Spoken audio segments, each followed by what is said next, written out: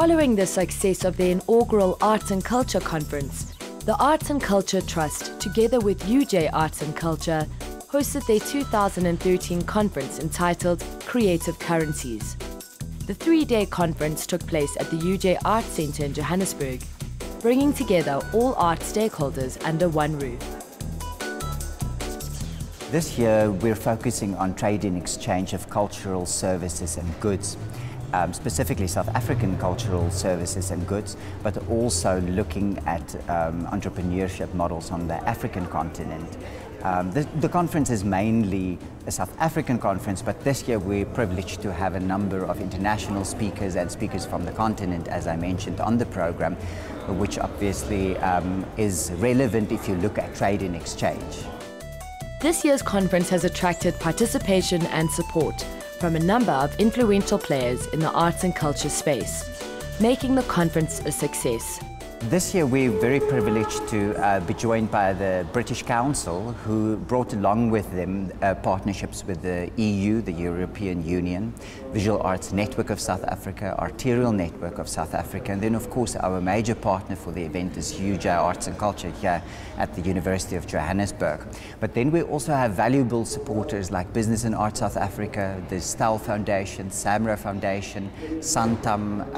We've got media partners with SAFM, Mail and Guardian, Classic Field Magazine and Pink Room Productions. And without these agencies, really we would not be able to do this event. What we wanted to do with the conference was create an opportunity for various stakeholders, statutory bodies, practitioners to come together to talk about challenges, to talk about research findings, to talk about best practice, and to then move forward in a coordinated way. A conference like this is a great opportunity. You know, you've got a couple of hundred people, arts professionals that are here to look at the sector and how we might grow it. So this is a perfect opportunity for us to get involved through this project and try to stimulate the potential of the creative sector here in South Africa.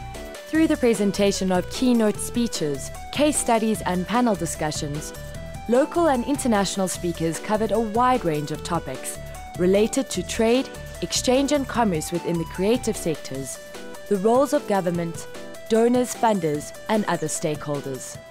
In our assessment at the Arts and Culture Trust, we found that, and I don't think this is a unique finding, is that the arts cannot solely depend on sponsorship and funding for their sustainability.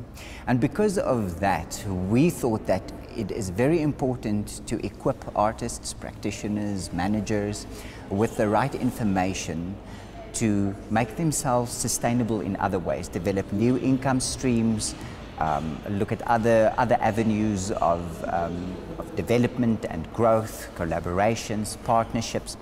And that's the main reason why we were looking at specifically the digital advancements and also how the digital world can be used to generate income for the arts.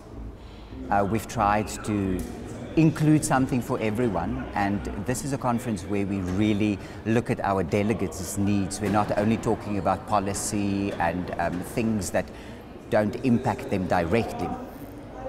The delegates have all been very engaged. I think we've had fantastic content, which really is what makes a conference like this. I think people were very energized, very enthused, and I think there's a lot of goodwill and a lot of willingness to cooperate, which is really very needed in the industry in order to build it and develop it going forward.